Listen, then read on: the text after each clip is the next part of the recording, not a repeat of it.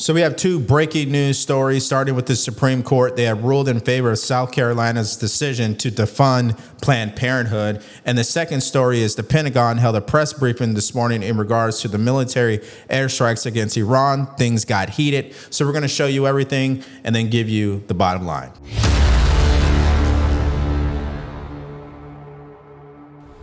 The Supreme Court today issued a major ruling on abortion, deciding Planned Parenthood cannot sue the state of South Carolina over its efforts to defund it.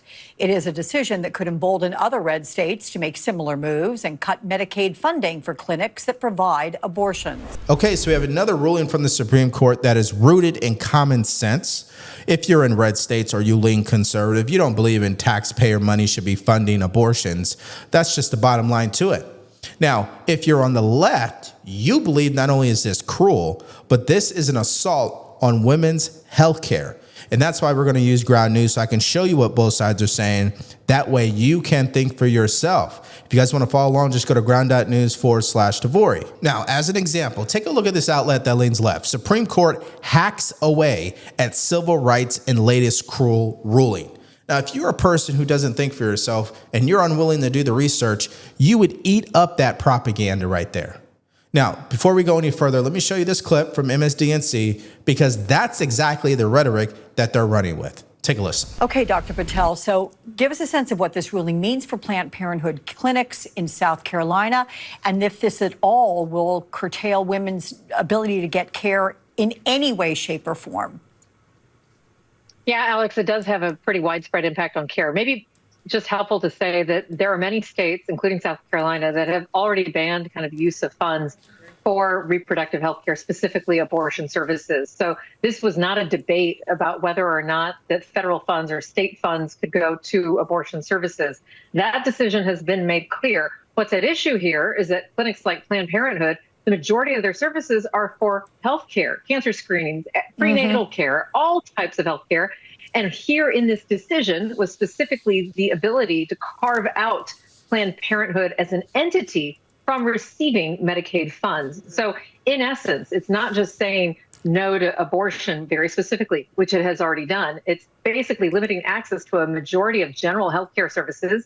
And just as you point out, it's not just for South Carolina. This decision paves the way for other states like Texas, like Missouri, other states that have already said that funds could not be used for abortion services to expand that. So as usual, when it comes from the left, they speak from a place of victimization, okay? Instead of saying that this ruling confirms that states have the legislative authority to decide what they want to fund, they go the route of saying this ruling takes away women's health care. And in my opinion, that's hyperbolic and misleading.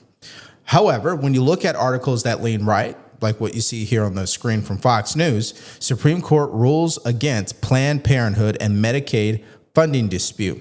It's like night and day when you're reading what both sides are saying. And for the record, if the left again wants to cry about this ruling from the Supreme Court, you know what they should do? They should get Congress to change the law. But the sad reality is most people don't even know that because they're not even thinking for themselves. This is why I want you to use a tool like Ground News so you can see the full picture and make up your own mind. So if you want to use this tool for yourself, all you have to do is go to ground.news/Devori, or you can download the mobile app. Just use promo code Devori, and it's going to give you access to everything that I showed you in this video, including 40% off the Vantage plan. The Supreme Court ruled this morning that South Carolina is allowed to deem Planned Parenthood is not a qualified healthcare provider, and that will block it from receiving Medicaid funds. Does the White House have a statement on that ruling, and would the president support a standalone bill from Congress to defund Planned Parenthood at a federal level rather than letting each state determine it? I'll let the president speak on that legislative priority, but as for the Supreme Court ruling, the president has always maintained that Americans should not be forced to violate their conscience and their religious liberty by having their tax dollars fund abortions, and we're glad the Supreme Court ruled on that side today, or yesterday. Now, allow me to share my perspective on abortion and why I see it the way that I do. It comes down to two main reasons. Reason number one, both of my parents were drug addicts and I was adopted, and look how I turned out. Do we really need to be telling people their first option when they don't want to give birth to a baby is to get an abortion? Why can't the first option be adoption? That's number one. Number two, in case you guys didn't know this, for people who are African Americans in our country, 39.4% of black women make up abortions every year. That is astonishing. That is the devil, if you ask me. That's ridiculous. And who's behind majority of those abortions? Planned Parenthood. And by the way, when nearly 4 in 10 abortions is coming from only one community, this isn't about women's health care, ladies and gentlemen. This is a freaking crisis. Well, Planned Parenthood really got its clock clean today, because you're talking about an organization that derives over 30% of its revenue from government sources. And the state is saying, look, you're providing abortion services as well as other services, and that makes you ineligible in our state. And what the court said is they can do that. And so if South Carolina could do it, you can bet other states are going to go forward and they're going to do it too. Really interesting. Sorry, and not to conflate, but so the Medicaid ruling and the Justice Jackson dissent on that. South Carolina asked us to hollow out that provision so that the state can evade liability for violating the rights of its Medicaid recipients to choose their own doctors. The court abides South Carolina's request. I would not. That was Justice Jackson in that. Tell us what we should know about this, Jonathan. Well, I think that that's what most of us expected from the oral argument. But what the court was saying is that there's no footing here, no clear basis upon which to bring that action, and it's not going to create one. And this, again, is a more fluid approach to how these laws are interpreted by Justice Jackson, and the majority just won't do that. Well, it's great that they don't subscribe to the way Justice Jackson sees things, because according to her, everything comes down to emotion and victimization. And that's really who we don't need on the Supreme Court. But this is the country we live in, folks. Half of the country operates their life that way when it comes to politics. But we know that is not the solution to governing this country. Now, of course, ghetto Jasmine Crockett had to pipe in, and I want to set the record straight with her. She said first they came for abortion, now it's birth control, cancer screenings, prenatal care. Let's be real, this ain't about protecting life. It's about weaponizing poverty and race to strip away care, choice, and dignity from communities that dare to seek basic care in a system already built to fail them. So 2 main points. It's about weaponizing poverty. Okay, isn't that what Planned Parenthood is doing to black women today? That's number one. And then she says they're coming for birth control, cancer screenings, and prenatal care. No, they've been coming for black babies for generations on end. Wake up. And it's interesting, you'll never hear them say any of that. You'll never hear her acknowledge that 40% of black women get abortions. Stop it. Okay, so let's go to our story, which happened earlier this morning from the Pentagon, where they held a press briefing to not only confirm that President Trump was correct, but to provide the receipts that Iran's ability to enrich uranium, their entire program, has suffered a major setback. And in some cases, these sites were totally obliterated. Take a listen. There's been fawning coverage of a preliminary assessment. I've had a chance to read it. Every outlet has breathlessly reported on a preliminary assessment from DIA. I'm looking at it right now. Again, it was preliminary, a day and a half after the actual strike, when it admits itself in writing that it requires weeks to accumulate the necessary data to make such an assessment. It's preliminary. It points out that it's not been coordinated with the intelligence community at all. There's low confidence in this particular report. It says in the report there are gaps in the information. It says in the report multiple linchpin assumptions are what this assessment, a linchpin assumption, you know what that is? That means your entire premise is predicated on a linchpin. If you're wrong, everything else is wrong. And yet, still, this report acknowledges it's likely severe damage. Again, this is preliminary, but leaked because someone had an agenda to try to muddy the waters and make it look like this historic strike wasn't successful. I'm going to get to the chairman in a moment because he's going to lay out the particulars for you based on his professional military experience. But here's what other folks are saying. The DIA that put that report out says that this is a preliminary low-confidence report and will continue to be refined as additional intelligence becomes available. All right, so this briefing confirms the outrage, ladies and gentlemen. Of course, CNN is going to downplay it and say, no, you guys are wrong for criticizing us. We're just asking questions. Okay, let's get real here. You guys pushed a story that was based on bits and pieces, as we said yesterday. And not just bits and pieces, but it was a preliminary report that was marked low confidence and did not have the information it needed to even come to the conclusion that CNN pushed out there. I mean, that is wrong on so many levels. It's crazy. And just to make sure I'm not the one losing my marbles on this, because I'm really outraged by it, here is Bill O'Reilly confirming my same thought process. Take a listen. CNN used 4 anonymous sources to try to diminish the bombing raid, what Agreed. they do. But even worse was the news outlets have picked it up as fact. So anonymous sources are easy. You can get anybody to say anything. And when I read the article, I said, how do these anonymous sources know? There's nobody on the ground there. There's nobody who went under the mountain to see. The Iranians can't even do that because the mountain may collapse on them. There's absolutely no primary source reporting on the damage that the American planes caused. None. So you got 4 anonymous people saying, well, I might have heard this, I might have heard that. It's absurd. No competent journalistic editor would have printed that article. But since CNN is in business to make Trump look bad, as you said, every moment of every day, they throw it out there. But I think we all know that the journalism industry in America and the world is at the lowest ebb, the lowest point in the history of that industry is right now. Now, the big difference between people like me who are on YouTube doing our own podcast and people like CNN is CNN has the resources to run down these statements and confirm them to be true or false. I don't have a staff of 1,000 people. I can say, hey, are you in Egypt today? Hey, can we send someone over to Iran today or to Israel to confirm this or that? We don't have that. They do. So the burden of truth, the standard for them is much higher. And so when they put out a story like this, yeah, they should get all the backlash that they are receiving because they know better than that. And that's why when CNN brings on experts, they're twisting themselves into a pretzel to try to explain what the truth is. Take a listen to this clip. With the objective being Iran can never have a nuclear weapon and its enrichment program has to be completely destroyed. I think from what I've seen, the 20,000 centrifuges, you had about 17,000 in Natanz, about 3,000 in Fordo. They are all completely destroyed. I am very confident those centrifuges are gone. Isfahan, which is the conversion facility, key part of the fuel cycle, also appears to have been destroyed. So if you add it up from what we're seeing, massive catastrophic setback for Iran's program. The term of art, obliterated, destroyed, I kind of step out of that.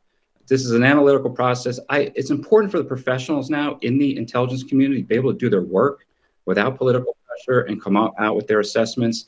And we'll know soon enough. There's a lot of work going on here. Yeah, so the bottom line to what he was saying, and I'll give you the short version, is Iran's ability to build a nuclear weapon has been totally obliterated. Do you guys get the message now? I don't care if you say destroyed. I don't care if you say severely damaged.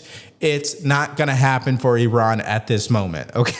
I think I said this yesterday. It's fascinating that they're playing semantics with people with this reporting. Now, what's interesting, Warhawk Lindsey Graham had the same response I did. Take a listen. Obliterated is a good word for me to use. I can tell people in South Carolina, nobody is going to work in these 3 sites anytime soon. They're not going to get into them anytime soon. Their operational capability was obliterated.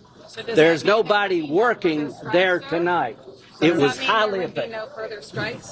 There's no reason to hit those sites anytime soon. None. If you're like me, I don't care about the weeds, okay? Because it's not relevant at this point in time. It's too early for you to be getting into the weeds and trying to come up with this elaborate story that these strikes were ineffective.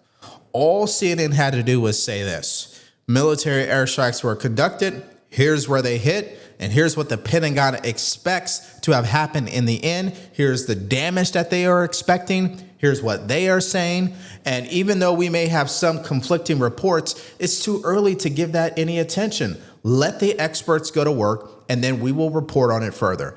I don't see what's wrong with that. But remember, you heard what Bill O'Reilly said. CNN is all anti-Trump, and I believe that's the only way they're able to get attention. I think I said this in another video. CNN is literally competing with MSDNC these days. Who's going to be more anti-Trump? And I have a perfect example to show you, because the Congresswoman Tammy Duckworth went on to CNN and she made a disgusting remark about how President Trump treats countries that have nuclear weapons. Take a listen.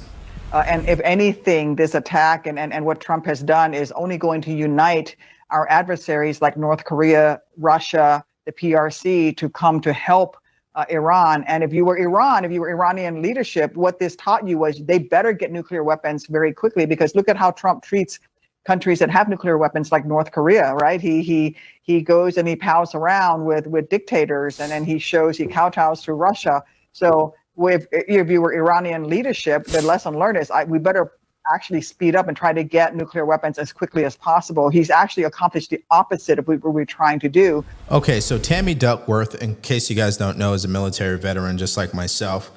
And I would say that I am most frustrated by people like her who know better. She's literally undermining the president of the United States. She wants the president to fail. This is why she suggests encouraging countries to build nuclear weapons quickly here. Think about that for a second. An American senator is telling countries, our adversaries, to build nuclear weapons fast. That is just sickening. But this is the world we live in, Trump derangement syndrome, where the media cannot help themselves. They are not going to report on the president fairly. They're not going to show you what both sides are saying. They're going to paint a narrative, and Tammy Duckworth fits right into CNN's narrative, and that is to undermine the president of the United States. And that also includes people that are associated with the president, like Pete Hegseth. I want you to pay attention to this question from a reporter who's questioning why Pete Hegseth did not specifically disclose that one of the B-2 bomber pilots was a woman. Acknowledge the female pilots that also participated in this mission. The early messages that you sent out only congratulated the boys.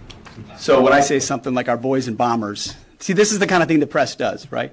Of course, the chairman mentioned a female bomber pilot. That's fantastic. She's fantastic. She's a hero. I want more female bomber pilots. I hope the men and women of our country sign up to do such brave and audacious things.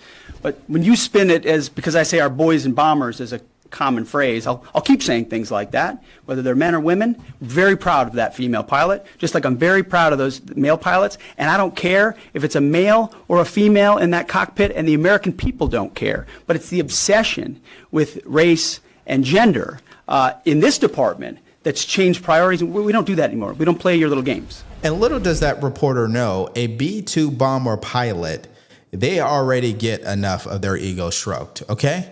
There's not many people who can fly that aircraft, okay? They don't need extra recognition from CNN. They don't need the Secretary of Defense to personally highlight them. They're getting all the attention that one can want. Trust me on that. It's the way the military works. That is a very highly specialized position, which gets highly specialized respect. So it's just interesting that the media, again, like Pete Hegseth said, is so obsessed with gender roles. And again, it's in an effort to undermine this administration. Now, the bigger question is, where do we go from here? Well, I can tell you what Congress is up to. They're still trying to figure out if they're going to pass this resolution to restrict the president from ordering military action in the future. Now, one Democrat, Senator Fetterman, is totally against this. Take a listen. On the McCain resolution, which will come up tomorrow night, we will vote now. Well, I'll say this. I love that man, and he's coming in from a very principled side. But I'm going to vote no on that, simply because I would never want to restrict any future president, Republican or Democrat, to do this kind of a military kind of exercise that was very successful. Okay, and that's a perfect example of the type of Democrat that I'd like to see more of, okay? I don't support their policies, but I do support them at least coming to the table to have conversations and delivering responses to the media that is not based in emotion and Trump derangement. I mean, why can't we get back to that? And they're so deranged that even after the briefing, they are still purposely contradicting the president. Take a listen. President Trump said that the nuclear stockpile was completely and totally obliterated. I did not receive an adequate answer to that question. What was clear is that there was no coherent strategy, no end game, no plan, no detailed plan on how Iran does not attain a nuclear weapon. Knowing what you know now, would you have authorized it? Knowing what you know now, if the president had come to Congress to get approval to authorize this mission, would he have had your vote? No. Ultimately, the only way to truly constrain Iran's nuclear program is diplomacy. You cannot bomb knowledge out of existence. No matter how many scientists you kill, there are still people in Iran who know how to work centrifuges. Okay, so we had Chuck Schumer and Chris Murphy. In regards to the minority leader, again, that is a disrespectful statement to the Secretary of Defense, to the generals, to the people part of the planning, and the military personnel who executed a flawless operation. He said there was no planning. I mean, what planet is this guy living on? And then Chris Murphy has the balls, I guess, to say, oh, only diplomacy is the solution. If diplomacy was the solution, then what's the purpose of having a military? I'd only like to say that it is so nice, it is so comforting to have a competent national security team in place. We heard an excellent briefing down there. I'm not going to give you any details, but I, for one, am comforted by having a president who is decisive, who took action to protect America, to protect our ally Israel, and at least for a while take away the threat of a nuclear Iran. So again, it's nice to have a competent team in place. Thank you. Okay, so let's hear from you guys in the comment section below. Let's just say the truth is somewhere in the middle. We did severely damage these nuclear sites. Iran's ability to continue to enrich uranium is not happening right now at this point. But at the same time, this isn't going to stop Iran from seeking to build a nuclear weapon in the future. Let's say all those things are true. Did President Trump still make the right decision? Wouldn't you rather slow them down? Wouldn't you rather exercise diplomacy first, military action later? That's exactly what the president did. Or would you rather be like the Democrats who have to disagree with everything to the point where they are going on public television and undermining the president of the United States in front of our adversaries? Let me know what you guys think about that and the newer developments that we talked about with that particular story. And let's not forget what we talked about in the beginning with the Supreme Court exercising common sense again. Why would we use taxpayer money to fund abortions? Why is it that black women are responsible for 40% of abortions? And why is it that Planned Parenthood is behind all that? I think those are interesting questions that we would like answers to. But anyways, give me your thoughts about all that in the comment section below. All right, so in our next video, it's all about Mr. Mondani, the Democrat socialist that MSDNC is proud to prop up after he won the Democrat primary election to run in the New York City mayor election. And of course, this has sent shockwaves through politics. And so if you missed out on the details of that and why there's huge implications on both sides of the political spectrum, all you have to do is click on that video because it's coming up right now.